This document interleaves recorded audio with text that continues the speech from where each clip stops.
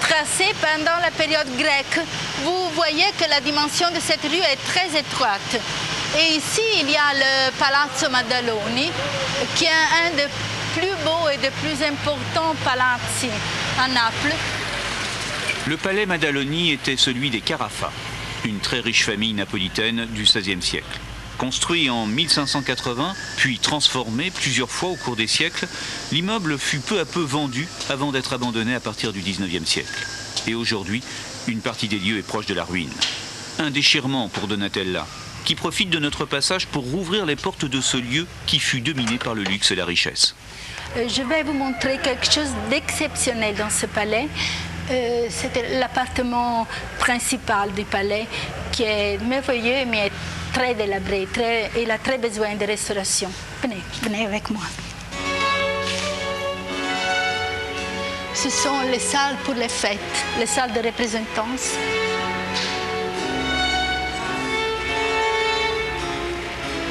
Et vous pouvez voir ici l'état.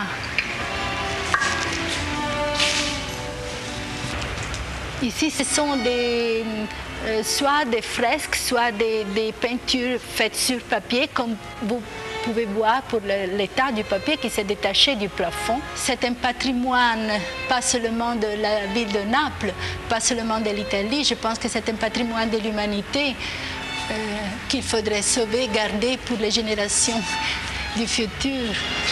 Ça vous donne quel sentiment de voir ça comme ça? Un sentiment de rage. Parce qu'en Italie, et en particulier au sud de l'Italie, en particulier à Naples, nous avons des trésors, vraiment des trésors totalement inconnus et totalement abandonnés, comme vous voyez. Ce gigantesque palais appartient à un propriétaire privé et est inoccupé depuis plusieurs dizaines d'années. Ici, c'est le grand salon des fêtes, le salon des bals. Vous devez imaginer toutes les fenêtres ouvertes aussi au deuxième niveau. Là, c'était la place pour les musiciens qui sonnaient leurs instruments, tandis que les personnes dansaient. Et la présence de décorations en or. Et vous voyez aussi, selon la tradition baroque, la présence de glaces qui ont la fonction de réfléchir la lumière et de multiplier la lumière dans toutes les directions et de créer cet effet d'illusion et de spectacle. À Naples, jadis, la vie était une pièce de théâtre qui se jouait sur la scène des palais. Tout était conçu en termes de décor. Ici, la terrasse est parfaitement alignée sur la cour et le portail d'entrée, et ce n'est pas le fait du hasard. L'idée était que la personne qui passait dans la rue, seulement avec un coup d'œil, on devait avoir l'impression que quelque chose de très très beau, une espèce de paradis, était contenu dans le palais. Mais attention, c'était un paradis privé, un paradis privilégié. Nous pouvons voir d'autre part qu'est-ce qu'il y a au-delà de l'arrière-scène. Il y a aussi exactement la vie populaire, l'autre côté de la réalité napolitaine.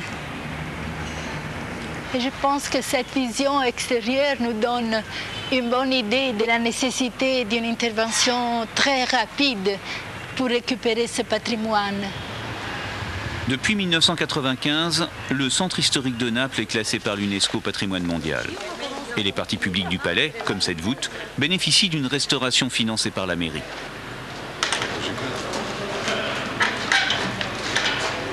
Emanuele Vituri est un restaurateur professionnel. Il est chargé d'une intervention d'urgence sur cette fresque du XVIIe siècle. Je voudrais vous montrer cette fissure qui va vous donner vraiment une idée précise des dégâts engendrés par le tremblement de terre. C'est une fissure qui traverse toute la voûte et qui s'est ouverte.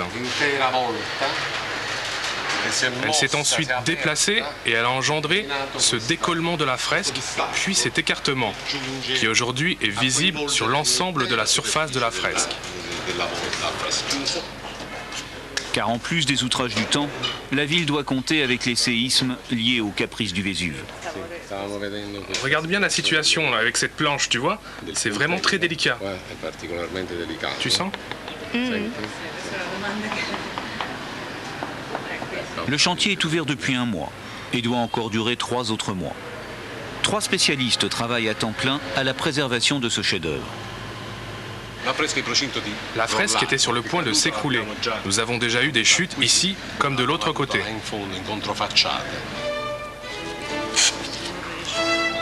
L'intervention est délicate et consiste à injecter du mortier entre le mur et la fresque pour consolider l'ensemble. Un travail de patience qu'il faudrait appliquer à l'ensemble du palais Maddaloni. Enfin, presque à l'ensemble. Car un des étages a déjà été entièrement restauré par son riche propriétaire, un avocat renommé du barreau de Naples. Buongiorno, come va? Maintenant, je vous présente le comte Gianantonio Garzilli, et la famille qui habite ici depuis plus de 200 ans. Le comte est resté très discret sur l'argent qu'il a dû investir pour restaurer ses 400 mètres carrés. Une chose est sûre, depuis 50 ans qu'il fait des travaux, il n'a jamais reçu 1 euro, ou jadis 1 lire, des pouvoirs publics. Même pour les dommages de guerre. Cette salle, nous l'appelons la galerie dorée. C'est la salle où se trouvent les miroirs.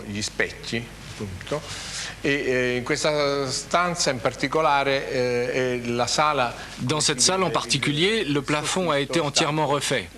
Parce que durant la Seconde Guerre mondiale, l'appartement avait été réquisitionné par les Américains et pensant que le plafond était sale, ils l'avaient repeint complètement en blanc.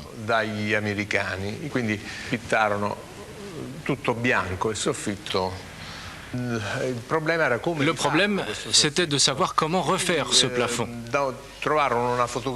Alors, on a retrouvé en fait une vieille photographie de la pièce, avec dans un coin de cette photographie, un tout petit bout de l'ancien plafond.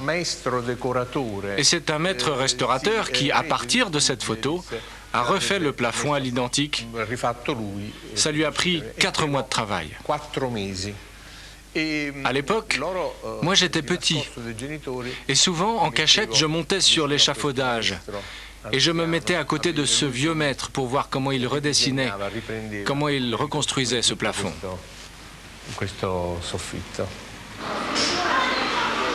À Naples, presque chaque objet et chaque mur possède son histoire. Une histoire qui se lit sur les pierres. Il suffit, comme notre restaurateur de fresques Emanuele, d'avoir le coup d'œil. Ici, nous pouvons voir quelque chose de très intéressant. Nous avons différentes époques qui se superposent sur un espace très restreint. Regardez, par exemple, nous avons là des pierres d'époque romaine qui datent du 1er ou du 2e siècle après Jésus-Christ. Elles ont été réutilisées pour monter cette tour d'époque médiévale, tout comme ces colonnes qui datent également d'époque romaine. En passant de l'autre côté de la place, nous sautons plusieurs siècles pour arriver à la période Renaissance, avec la chapelle de Pontano, qui date de la fin du XVe siècle. Puis voici une autre époque, avec cette splendide église baroque, fin XVIIe, l'église de la Pietrasanta. Et enfin, ce palais rococo, en mauvais état, mais avec des éléments typiques du rococo, comme ces motifs légers qui rompent avec la lourdeur du baroque. Et à Naples, on trouve même des traces historiques étonnantes, comme cette réplique du château d'Angers construite par les Angevins à la fin du XIIIe siècle, symbole de 2 siècles de présence française en terre napolitaine. Et ces différentes strates d'histoire sont aussi nombreuses au niveau de la rue que sous les pieds des passants. Naples et ses environs comptent plus de 2 millions de mètres carrés de souterrains. Un véritable labyrinthe que connaît très bien ce jeune géologue historien.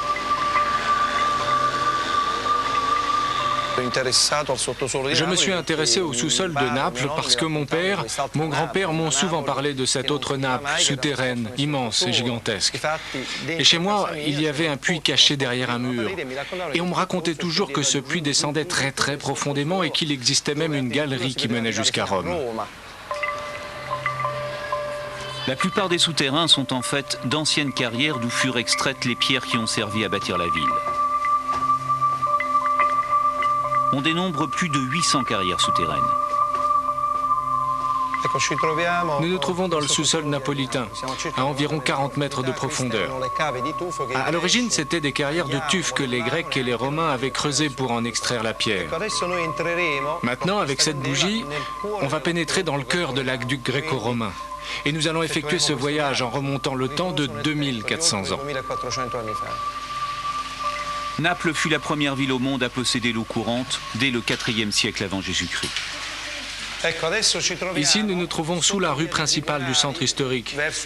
Et on a là une citerne grecque qui date de 350 ans avant Jésus-Christ. Et ce système nous permet de comprendre comment les Romains et les Grecs, depuis leur habitation, faisaient descendre leurs renforts à travers des puits pour ramener l'eau jusqu'à la maison. La plupart des canalisations datent de l'époque romaine. Et les 400 km de galeries ont tous été taillés à même la roche. Certains, selon Enzo, par des enfants. Les seuls à pouvoir travailler dans ces étroits passages. Les conduits ont tous été creusés à la main. Là, ils posaient leurs lanternes pour y voir plus clair.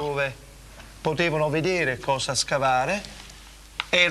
conduit devait être très étroit pour que l'eau puisse y couler rapidement. Et ici, vous voyez, il y a des traces de mortier. D'un côté, cette canalisation mène à Pompéi. De l'autre, à une citerne romaine. Cette citerne a fonctionné jusqu'en 1885. Ensuite, on a arrêté de l'utiliser lors de la grande épidémie de choléra qui a frappé Naples. Vous savez, c'était quand même un système qui avait 2000 ans. Au 19e siècle, ils ont inventé des nouvelles techniques et donc ils ont arrêté d'utiliser les amphores. Mais ce réseau de conduits s'est aussi transformé en véritable ville souterraine durant la Seconde Guerre mondiale. Ici, en 1943, plus de 200 000 personnes ont vécu à l'abri des bombardements durant plusieurs mois. Voici une citerne, elle aussi d'époque romaine, qui a été reconvertie en cave. Nous sommes sous un couvent de religieuses. Autrefois, les sœurs stockaient ici leurs réserves alimentaires. Elles empruntaient cet escalier qui remonte directement au couvent.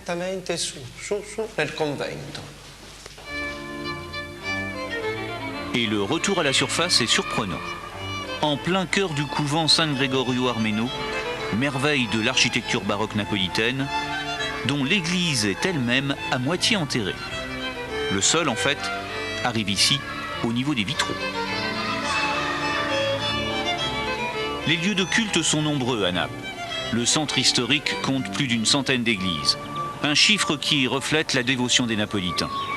La plupart de ces édifices religieux ont été bâtis à l'époque des Angevins, du XIIIe au XVe siècle.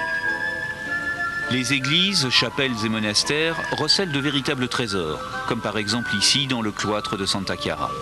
Ces majoliques, ces faïences murales, datent du XVIIIe siècle. Elles décoraient un couvent de religieuses, des sœurs Clarisses, dont le seul regard autorisé sur le monde se résumait à ces quelques images en cours de restauration.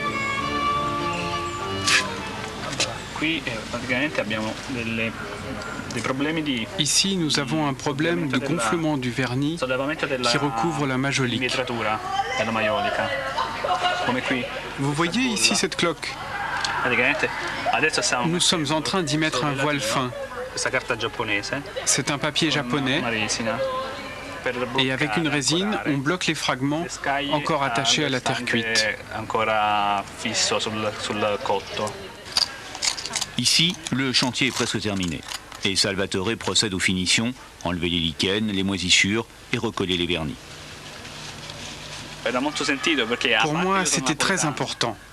Parce que déjà, je suis napolitain et j'habite ici. Mais surtout, j'ai grandi dans ce quartier. Et mon métier m'a permis de travailler sur ces majoliques que je voyais quand j'étais enfant. Au total, ça fait 10 ans que je travaille ici à restaurer ce couvent. Et c'est vraiment très émouvant. Car aujourd'hui, il y a un peu de moi-même dans ces pierres. Les Napolitains sont amoureux de leur histoire, de leur patrimoine, de leurs pierres, mais aussi de leurs terres. Sur les hauteurs de la ville, à l'initiative de Giuseppe Mora, un riche propriétaire, une étonnante association a vu le jour il y a quelques années. Chaque dimanche, Giuseppe reçoit ses amis et adhérents pour célébrer un rite très particulier. À votre santé. Partager le seul et unique vin élevé en terre napolitaine. Il n'est pas vraiment mûr. Il devrait être conservé encore au moins 2 ans. Et qu'est-ce que c'est comme vin? C'est un Aglianico de la colline de San Martino. C'est notre vin rouge. À l'origine, Giuseppe a racheté cette parcelle pour éviter qu'elle ne tombe entre les mains d'un promoteur. Ces terres appartenaient jusqu'au XVIe siècle à l'ancien monastère des Chartreux, situé juste au-dessus. Avec son association, Giuseppe Mora a planté 7 hectares de vignes et produit de manière totalement artisanale, chaque année, 4000 litres de vin. Largement de quoi désaltérer ses amis et arroser copieusement les déjeuners dominicaux. Belle table, hein? Ce sont des pâtes faites maison. Ce qu'on mange là, c'est des pâtes faites avec du blé dur. Ça s'appelle des fusilli. On les a accommodées avec des tomates, de l'huile et de l'ail.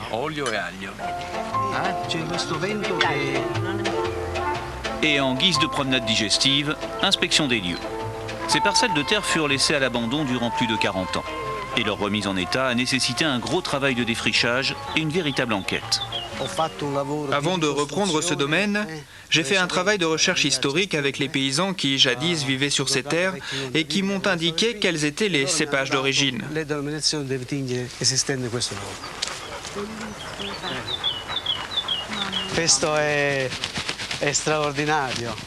C'est vraiment extraordinaire. C'est émouvant de voir cette plante pleine de raisins, qui nous donnera un nectar d'une si grande beauté visuelle et gustative.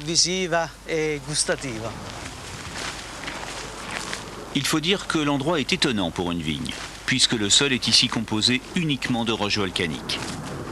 Cette colline de San Martino est la conséquence de 2 éruptions, celle du volcan des Champs Flégréens et celle du Vésuve. Du coup, j'ai beaucoup de respect pour le Vésuve. Le Vésuve, sans doute l'élément du monde napolitain le plus célèbre. Celui qui a rayé Pompéi d'un trait de lave, celui qui menace toujours de ses cendres incandescentes la ville installée à ses pieds. Les Napolitains craignent à juste titre le Vésuve, et ce depuis la nuit des temps. Le prince Giovanni de Médicis, dernier descendant des Médicis, appartient à une des plus anciennes familles de la ville. La branche napolitaine de la famille est arrivée définitivement à Naples en 1567, c'est-à-dire au début du grand-duché de Côme Ier de Médicis.